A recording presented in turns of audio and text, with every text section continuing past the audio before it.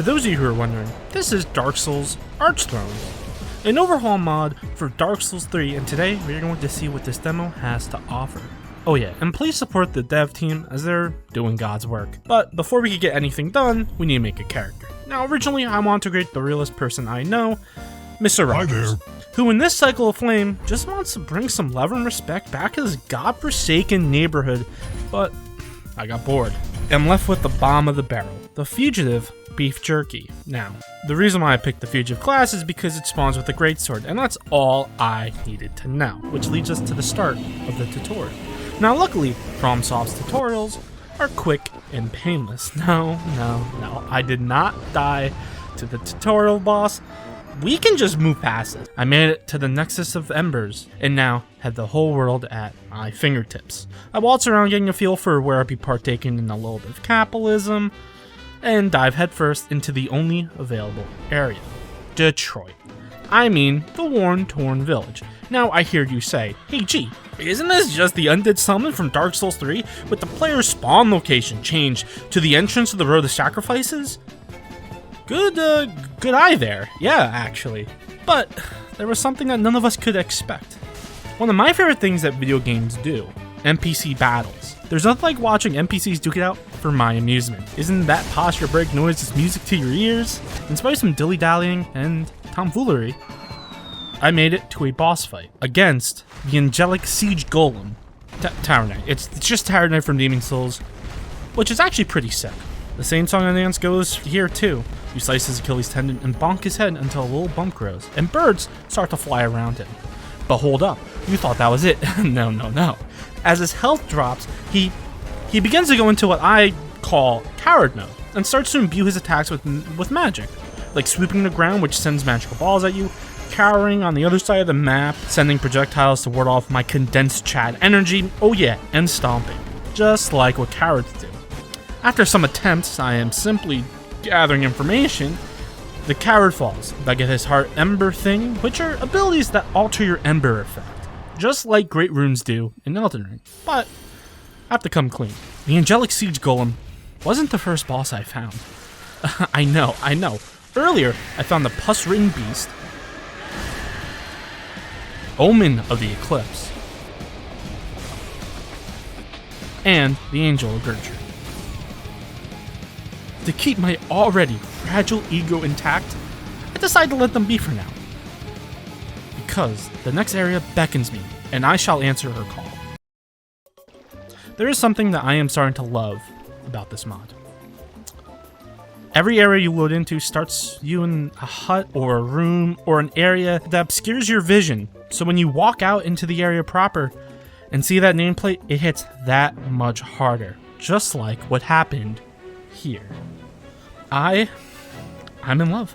Dark Souls 2's Hades Tower of Flame has never looked better, especially with the Dark Souls 3 makeover, and they even got the giant Hade Knights, and the little Hade Knights, and the flame guys from Sekiro.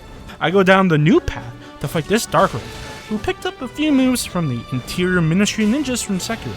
I mean, hey, plagiarism is just a different path to creativity, you know? That's what they taught me in school. Through the Tower of Flames, we carry on, basically backtracking through my playthrough of Dark Souls 2. But here is where the paths diverge. Instead of the cute, old Dragon Rider, I fight Keeper of the Old Gods. His moveset seems to be an eldritch amalgamation of some Sekiro enemies and bosses. I do see some Ishin in there. This fight took a while, due to the simple fact that my mans literally would not stop swinging, which is an issue, because I get bored when 2 seconds have passed and I haven't hit anything. So then I spend the first 10 runs trying to poise through everything. Without proper armor, I know. Unfortunately for me, his phase 2 was a lot worse, utilizing a swing that would keep you busy till the heat death of the universe. I had to basically wait for my man's 7-act Broadway play to end just to hit him once and then restart the cycle. I mean, I had to bequeath my controller to my great-great-great-grandson on my deathbed, and only then was I able to come out with a win. I see the old Dragon Rider face down ass up outside the boss arena. Hades Tower of Flame isn't the only tower getting heated around here, god damn. After being distracted, I traveled downstairs to meet the merchant Flynn, who... 10,000 souls for a fucking Vuvuzela? What is this inflation? I ended up traveling the other way, towards the ruins of the profane capital from Dark Souls 3. Honestly, that's a perfect swap for a place that deals with a literal tower that is in fact on fire, which brings up the question, does Lothric not have a fire department or something? Are we just leaving the tower like that? I climb up a familiar path, dealing with mobs who look like they just threw on whatever they can find in their closet, and made it to the bonfire to fight the next boss, the Disgraced Knight. And within the first 5 seconds, I knew what this was, and I was not happy about that. About a month ago, I uploaded Sekiro's Nightmare Randomizer that pulled all the most annoying bosses, and Owl was probably the one who I had the displeasure of meeting the most. And here, I'd have to do it again. Basically ripping off Owl's moveset, but the Disgraced Knight was trickier. If only I could deflect. So, I chose the next best thing. Parrying, baby. Woo, god damn. Did I parry the hell out of him? You should have seen his dumb face. Eventually, I made it to phase 2, where he just imbues his weapons with spooky purple stuff and then just starts doing wacky magic things. I deal with that gracefully.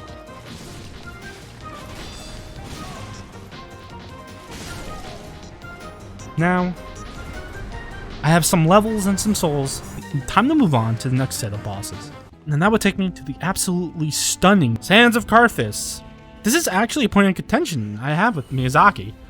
Why no deserts? I mean, look at this. It's gorgeous. I literally was stunned the moment I arrived. Tear in my eye and all. And you're telling me that in like 6 games, the homie never thought to put the fucking desert level? But will put his 12th poison swamp and act like he's a genius? The gimmick here is actually pretty sweet. You have to go around and ring these giant bells scattered around the lands. Just like you should do that, subscribe, like the video, and comment what you would want to see from me. Sorry, where was I? Oh yeah. You have to ring the big bells, all guarded by the drunken guys from Sekiro, and some lesser Sekiro guys. I will say, this mod excels at blending areas and ideas from completely different games together. Like my ass, who could never tell that this guy was from Sekiro unless I played Sekiro. Or this guy. Or this guy. Nevertheless, I fought the Fat Brothers to ring the wacky summoning bells. But there was one that was unique. I had to do a dungeon crawl. And that shit was so much fun.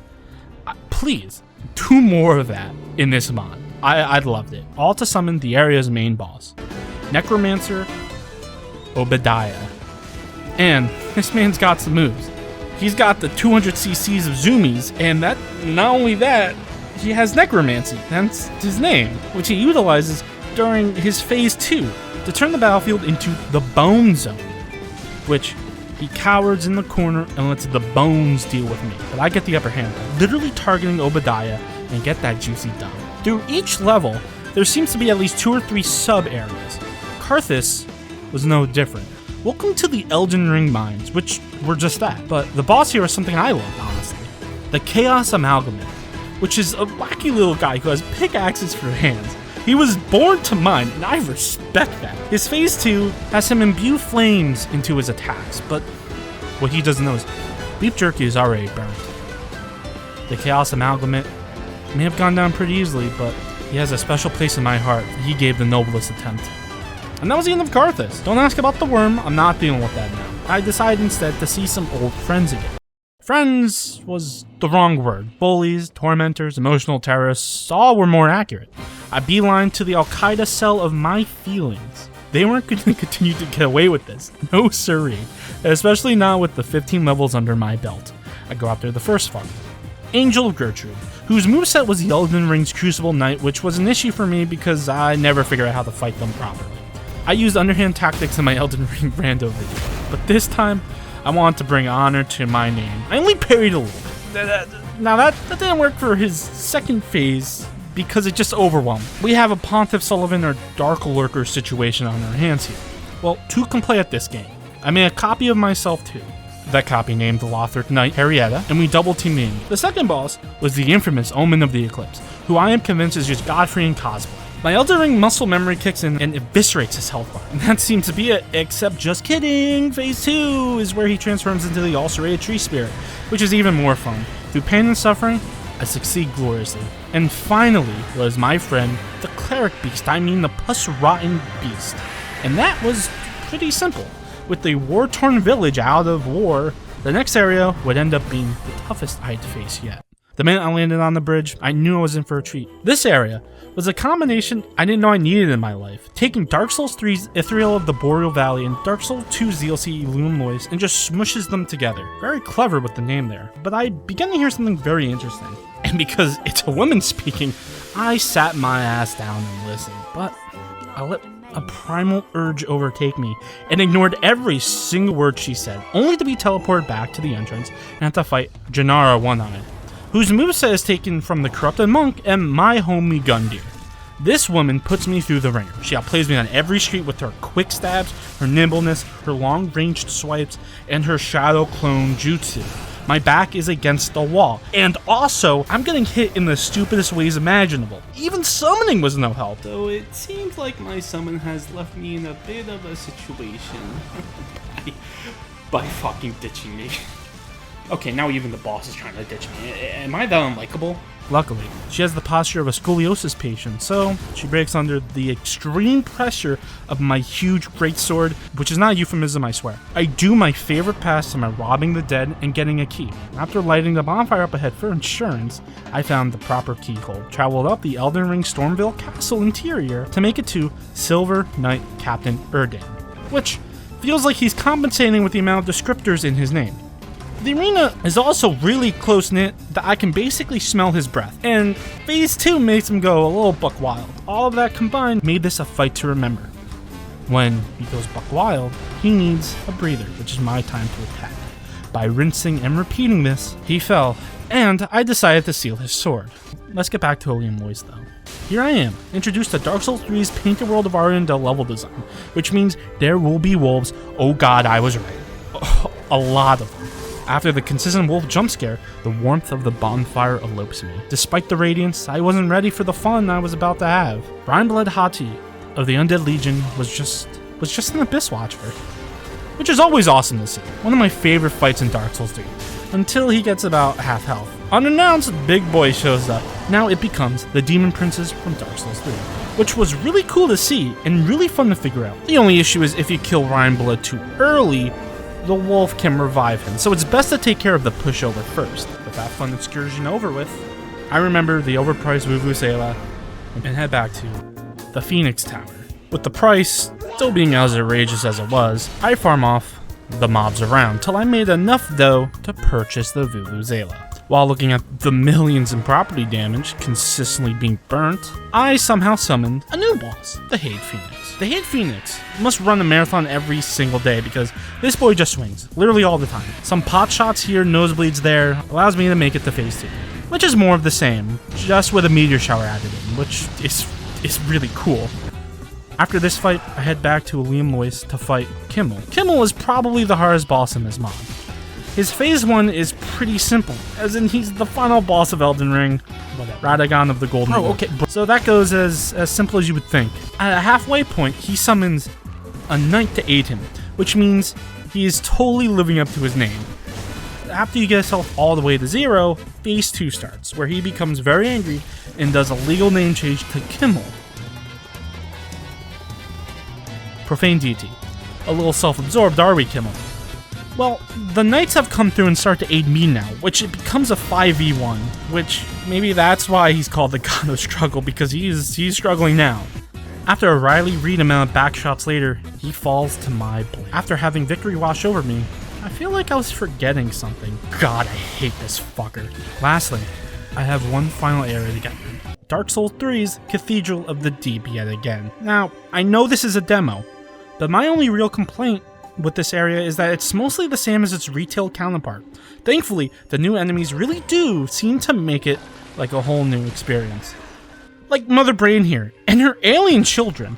But as for the actual level structure, it left a lot to be desired. However, the bosses would not fall to the same fate. Going to Rosaria's bedchambers gave me a wild surprise.